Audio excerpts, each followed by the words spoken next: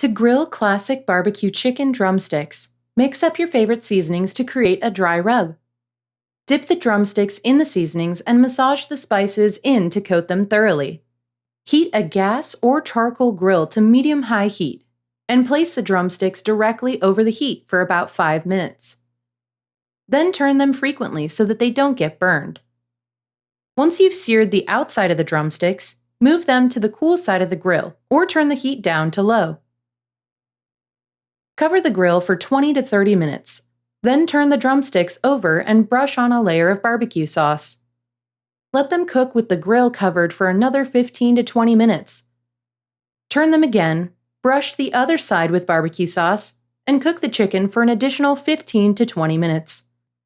The drumsticks are done if the juices run clear when you cut into them, or when a meat thermometer inserted into the thickest part of the meat reads 165 degrees Fahrenheit or 74 degrees Celsius.